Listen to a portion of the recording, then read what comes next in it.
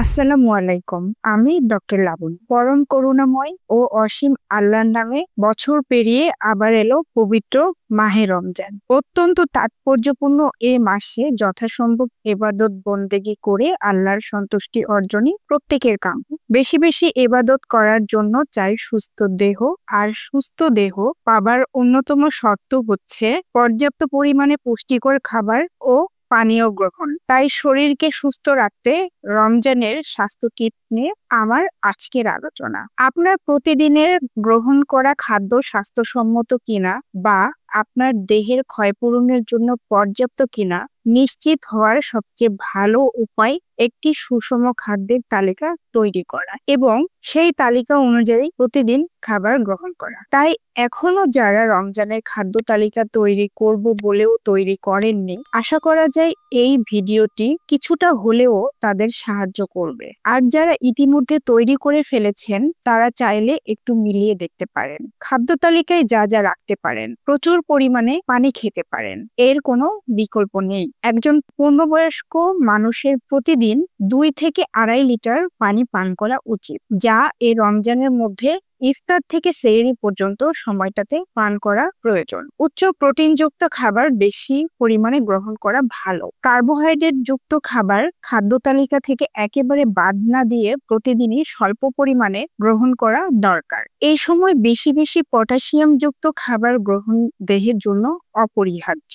বাজার এখন নানা মৌসুমী ফলে ভরপুর। যত বেশি সম্ভব আমরা ফল খেতে পারি। ফল একদিকে শরীরে পানির চাহিদা মেটাবে, অন্যদিকে এর প্রয়োজনীয় অনেক পুষ্টিগুণও রয়েছে। দুধে অ্যালার্জি বা হজমের সমস্যা না হলে প্রতিদিনই নিয়মিত পরিমাণে পান করা যেতে পারে। দুধ স্বাস্থ্যের জন্য অত্যধিক উপকারী। ফাইবার বা আঁশ জাতীয় খাবার যেমন ইসবগুল, তোকমা, সালাদ এই সময়টাতে বেশি বেশি গ্রহণ করা দরকার। যে খাদ্য বা অভ্যাসসমূহ স্বাস্থ্যের জন্য ক্ষতির কারণ হতে পারে সেগুলো হচ্ছে ভাজাপোড়া খাবার সম্পূর্ণভাবে বর্জন করাই শ্রেয়। এই সময়টাতে বা যে কোনো সময়ে বাইরের কেনা খাবার না খাওয়াই স্বাস্থ্যসম্মত। ইফতার, রাতের খাবার বা সেহরি সাধারণ সময়ের চেয়ে বেশি খেয়ে হাঁসফাঁস না করে স্বাভাবিক পরিমাণে খাওয়াটাই উত্তম।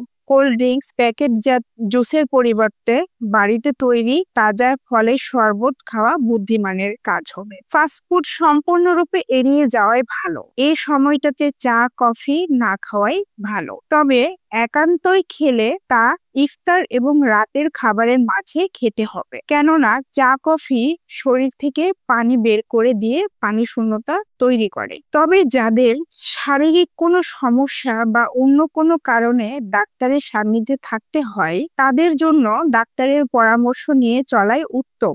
যে সকল গর্ভবতী মায়েরা আছেন তারা সুস্থ অবস্থায় থাকলে সুষম খাদ্য ও প্রচুর পরিমাণে পানি পান করে সহজেই রোজা রাখতে পারে। তবে কোনো মায়ের শারীরিক অবস্থার অবনতি হলে অবশ্যই আগে ডাক্তারের পরামর্শ নেওয়া দরকার।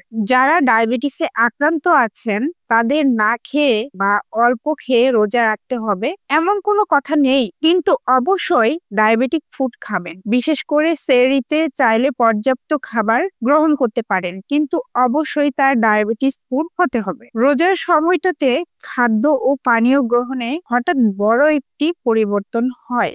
অনেক সময় দেখা যায় কারো কারো শরীর তা সহ্য করতে না পেরে প্রতিক্রিয়া সৃষ্টি করে। তাই এই সময়টাতে নতুন ভাবে কোনো ডায়েট গ্রহণ করা উচিত না। যারা আগে থেকে নির্দিষ্ট কোনো ডায়েটে অভ্যস্ত তাদের কথা আলাদা। ব্যায়ামের ক্ষেত্রেও একই কথা প্রযোজ্য। যারা ব্যায়াম করে অভ্যস্ত তাদের জন্য এ মাসে দিনে ব্যায়াম না করাই শ্রেয়, কারণ শারীরিক কসরতের পর পানি পিপাসা অনেক বেশি অনুভূত হয়। এমনকি ইফতারের আগেও ব্যায়াম নয়, সবচেয়ে ভালো উপায় হালকা ইফতার করে প্রয়োজন মতো ব্যায়াম করে ভারী রাতের খাবার গ্রহণ করা। দেখা হবে নেক্সট ভিডিওতে। ততদিন পর্যন্ত ভালো থাকবেন। ধন্যবাদ।